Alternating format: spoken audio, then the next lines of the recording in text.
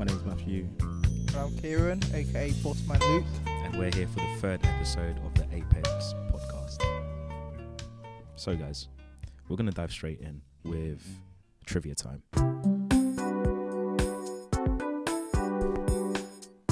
Question number 1. Who painted the Mona Lisa? Leonardo da Vinci. Come on, 1-0 to Kieran. Question number 2. In 2009, what became the first Morse code character to be added since World War II? What? Wait a second. What? 5 seconds. Who's gonna pay attention to that? A? 4 seconds. That's an A? 3 seconds. D. 2 seconds. W? 1 second. No. B. No. Still 1-0 to Kieran. The answer was the at symbol.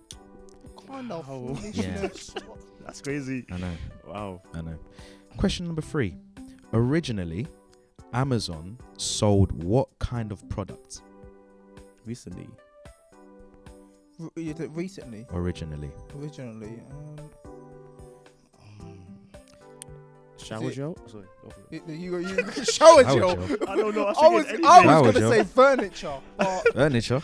yeah, furniture. Appliances, maybe? Think about school. Oh, school. Oh, school books. Pencil cases. We'll go with Kieran's answer. The answer was books. 2-0 to Kieran. Matthew, you could save yourself if you get the Okay. next 2 questions correct. Okay, Let's question see. number 4. This summer, what Apex leader is getting married? Catherine. That was fast. Okay, so you both said the correct answer. However, Kieran was correct. As a consolation, I'll throw the final question. So hopefully, Matthew, you can get on 1 the point. scoreboard.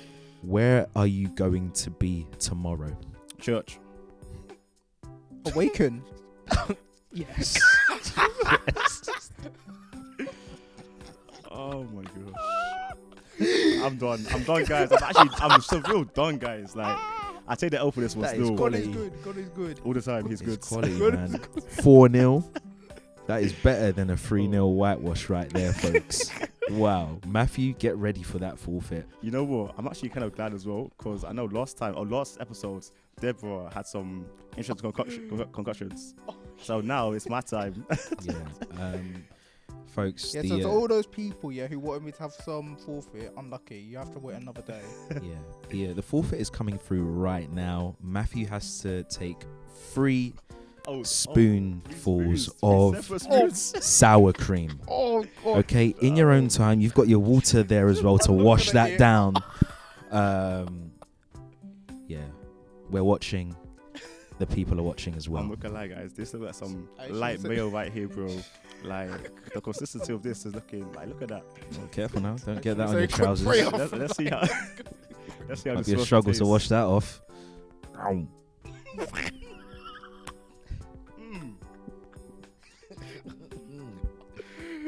I'm so glad this ain't me. I'm so glad. Thank you so much. You know what it tastes like? It tastes like Greek yogurt. Yeah, because there's no, I can't taste the, what was it? I can't taste the sour cream that much.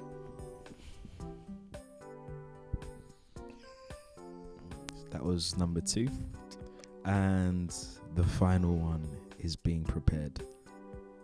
Yeah, make this one heavy. Excuse you? Damn, my body's not liking this at all. Wow. Oh, no. Get some- Oh, Oh, no. wow, just give that a wiggle for the camera as well. Just, Do it like- wow, it's even shaking as well. This is, That is let's, quality. let's play some sad Yeah. violin music. Let's play some sad. Kieran, Careful now, it might spill over. You, Kieran, you why might you- want to be quick. Kieran and Vine, I see both of you guys here.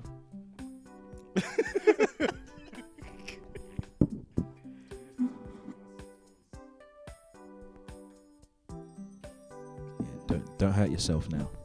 Honestly, that did not help one bit.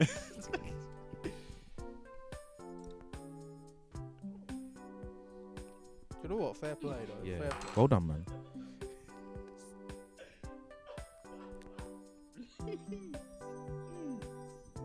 was a proper mouthful. Boy. Get yourself down to Apex, guys. This happens on a regular basis. Round of applause, please. Yeah, round of applause. Wow. Wow.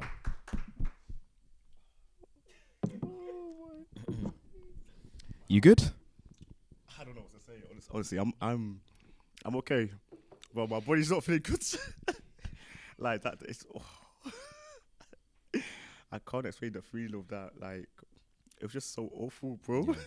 But we can see step in. It's all good. Sorry about that. If you could change it to another sauce, what would it be? So 100% garlic mayo. Okay. Sweet, nice, good. Yam that down calmly. Give me a bowl of it, in fact, calmly. But this one, nah. Yeah. Yeah. Well, with no further ado, guys, we're going to dive straight into the topic. A few weeks ago, we spoke about men's mental health at Apex. We had yourselves who were part of the panel, and then we had 2 young people as well. But the first question that I'm going to ask you guys is similar to the first session that we did, was how are you? So, me, I'm doing well. I'm doing really awesome right now. Like, God's been doing a lot in my life at the moment, and I'm just so grateful, so blessed, and just looking forward to more of my journey with the Lord as well. Let's see how it unfolds. But all in all, I'm pretty good. Yeah. Do you know what? I would say from the asking the question earlier, I mean, I'm saying I'm better mentally, which is been good. I mean, I've been hit by a few things over the past few weeks after this, but do you know what? I'm working through it, and yeah, and I think where God's taking me now is promising. Wow. Come on. Wow. And from when we first did the session in person with the 2 young people as well, has anything changed for the better with your mental health? I mean, I would say, I think doing this 75-day challenge, which will be finishing in 1 day, let's go. Come on. I think, personally, I think that's helped mentally as well, because it's made me feel better about myself and give me a lot more confidence. Like, I remember I managed to do an interview, like, in the space of, like, when everyone was doing half term, and then I was just, like, shocked of how well I did doing that interview. Yeah. The 75-day challenge. So you got to drink 4.5 liters of water. You got to not eat junk food, no chocolate, no cakes. Eat 5 portions of fruit and veg every day. 10,000 steps every day. Exercise every day. Read 10 pages of a book every day. Read a chapter of the Bible every day. Standard practice. Come on. I think that was it. Yeah. That's Light it. work though. Light work. Yeah, it's Would light you work. recommend it to the I would people? 100% definitely recommend it. Yeah. I've lost about a lot of weight, to be honest. I mean, I've calculated, but I've lost a lot of weight. I know that. Yeah. Okay.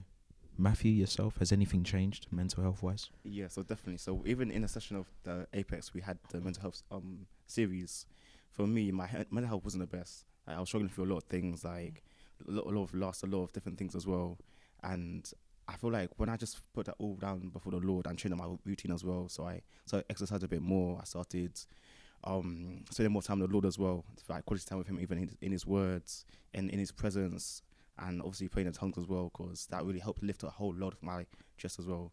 Because one thing I was realizing was I was holding on to so much, but I couldn't actually let it go myself, and I didn't know the right prayer to pray. But through allowing the Holy Spirit to speak through me in tongues, I was able to lift a lot of my chest as well. And even then, I just started getting into a better routine, like going to bed earlier. Because one thing I was realizing, because of course mental health is always there, like with stress, frustration of life as well. But my mental health was like, I would lean on the wrong things. Like, I would lean on things to do with like lust or porn or stuff like that. And the one thing that helped me really see better was trying to find my weaknesses and trying to move them away from continue to fall into that same trap again and again and again. Yeah. So I would go to bed earlier. Like, if I knew I'd get tempted late at night, I would go to bed earlier. If I knew that my mornings would be a little bit shaky, I would, when I first wake up, I don't go on my phone. I go spend time with the Lord. I just continue those constant routines until it becomes a habit. Yeah. But that's definitely helped my mental health a lot. Yeah, definitely.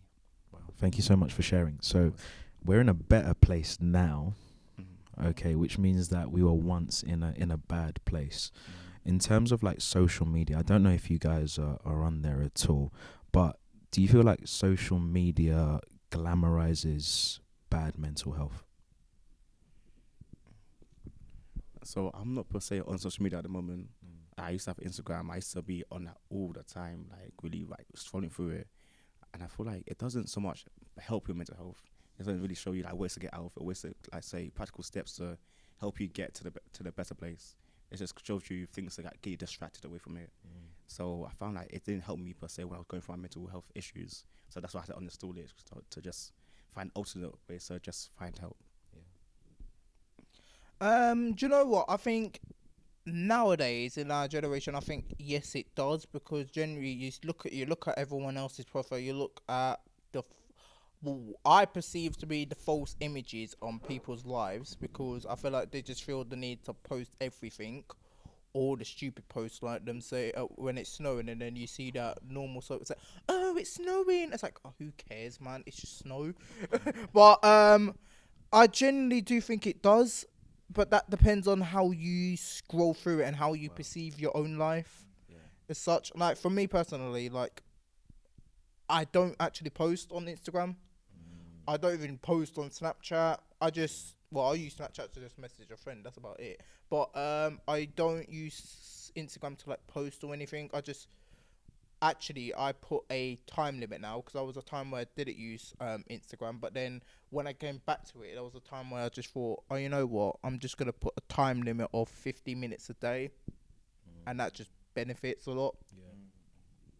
Wow. So it almost facilitates a space for you to either go towards social media because there are positive things and because you've chosen to see positive things on your feed. Yeah. But then it can also feed into the negative side as well, whereby if you're not in the best place, you might run to social media and what you're seeing on your feed isn't positive, which means that you then run in the opposite direction, and rather than actually speaking about your mental health, you kind of hide away and you keep it to yourself. So why do you think like not only men but people in general run away from sharing their feelings?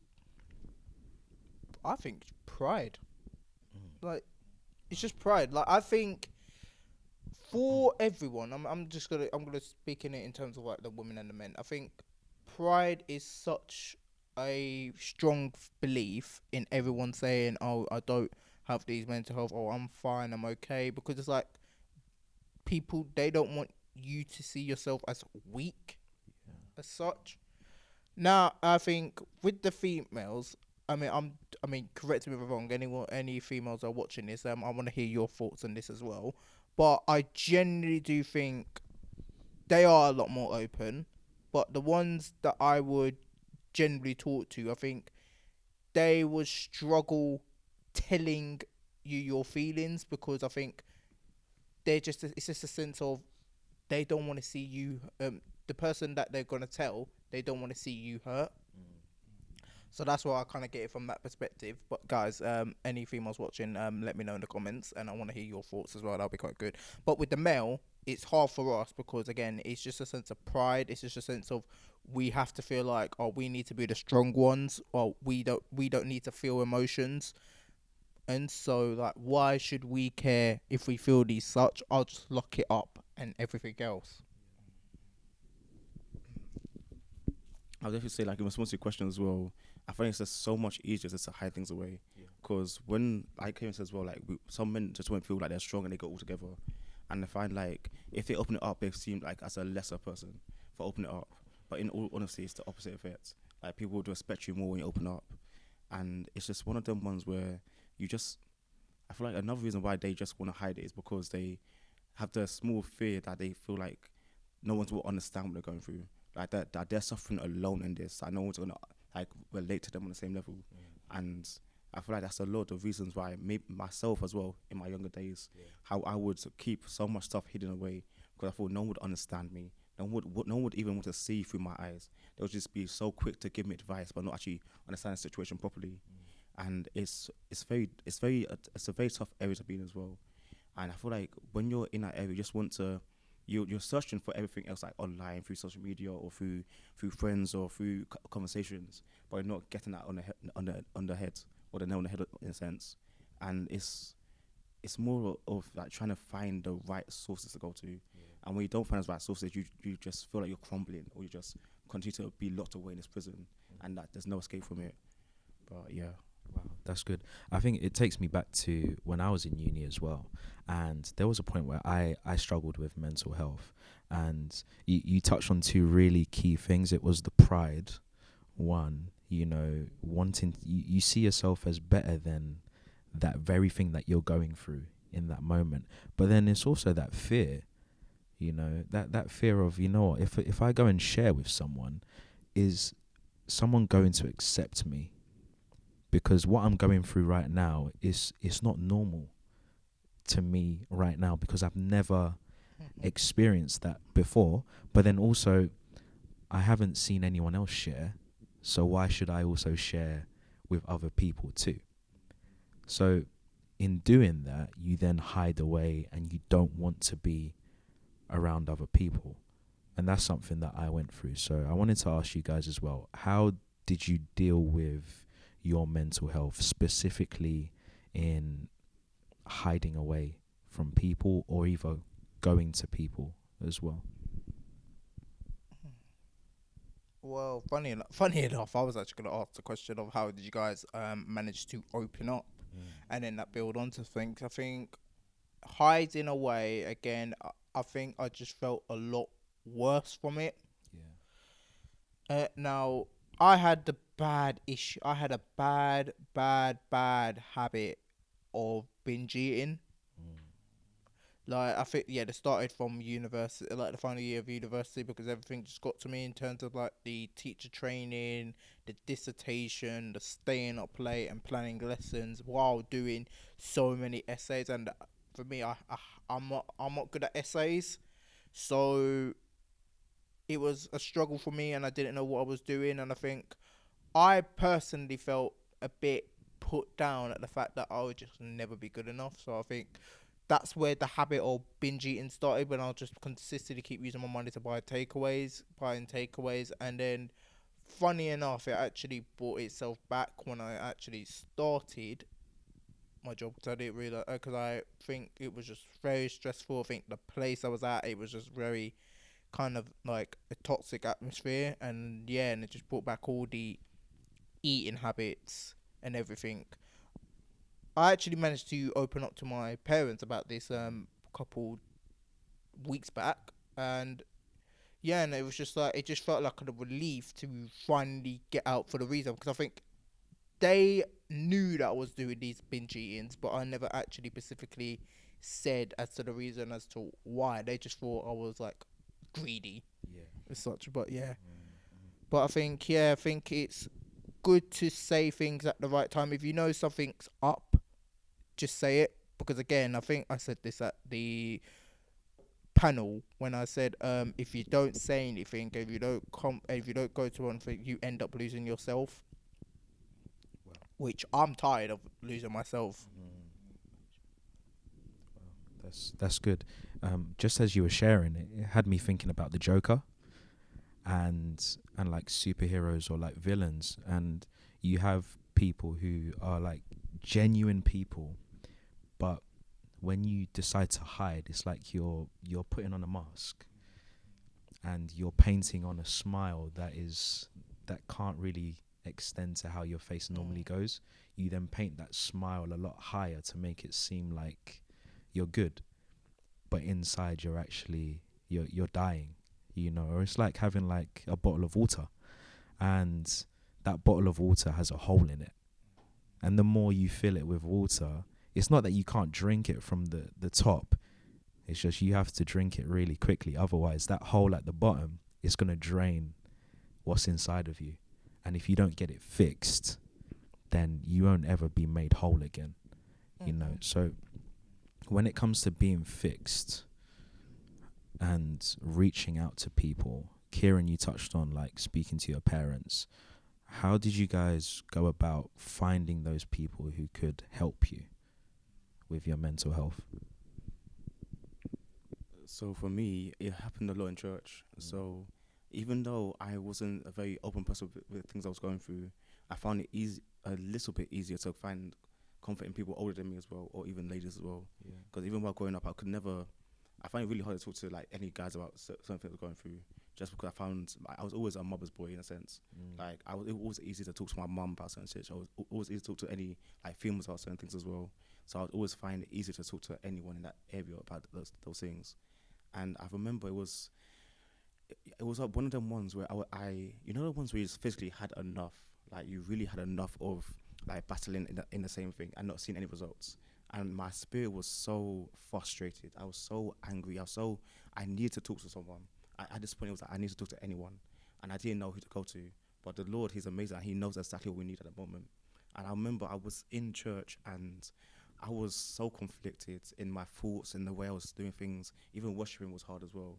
And I didn't know who to turn to, but I knew I needed to talk to someone.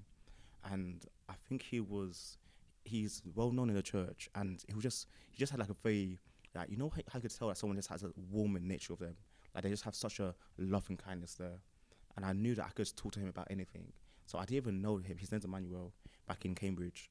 I didn't even know him like that, but when I said, hey, listen, I want to talk to you about something, I've been struggling in a certain area, and it was just like a wave of emotion that just fell apart. I felt like my heart in itself it just broke in such a beautiful way. And as I was sharing these things and started opening up to him, I just felt so much peace. I felt so much understanding. I felt so much like there was no judgment in his eyes at all. Like, you know, like when you go before the Father, you know there's no judgment. You know there's only love, there's only grace there. And that's exactly how I felt with this guy as well. Yeah. And it felt so surreal because I never had a male role model in my life that I could talk to about certain things like this. And it was just so incredible. And from there, like, he just helped pick me up again, helped me lead me towards, like, of course, finding better ways to handle my mental health or my things I was struggling. Maybe it was lust or maybe it was anything in that kind of area. And he helped me pick that up again. And on a side note, away from him as well, I met this amazing, she's my sister till this day. Her name's Rebecca. And I remember it was in the first year of university. I didn't have friends I could call my friends. Like, I just had people around me that I go clubbing with, I go out with, we go drinking with. We never actually had that proper friendship. I remember I was praying in university, Lord, I need a friend. I really needed like a good friend. I know how the Lord works. He works in his own timing. Like, I prayed that year. The next year I got it. Yeah. Like, and he gave me this most amazing friend who understood every single thing that I was going through. But even more than that, they had the what's the right word to say? They had the let's say godly wisdom as well of how to go further in that as well. And every conversation we had, it was never wasted. Like, the Lord ordained every single conversation through the things we'll talk about, through the things that we'll go through together. And it was just like a comfort in a sense of knowing that the Lord has your back regardless of it. Even though you don't know what you need at that time, the Lord knows exactly what you need, and He'll give that to you. So that's really helped me a lot. Kieran, yourself? Well, I think finding that right person again. Do you know what? I feel like I've got a lot of comfort spots because genuinely, when I was younger, I never really actually opened up. I was just like, yeah, screw feelings, like, hate them. But why am I even speaking to it? Because generally, I think I was, because generally, I would always be scared to speak to my parents about these kind of things. And I think that just down to the fact that I was in a place where I just didn't like people at all. So I felt like I was put them in that position where, hate people. So, and then I didn't want to disappoint them. So that's why I was just in that. I think as I've grown older, I've been able to open up to a lot more people. So I can open up to you guys.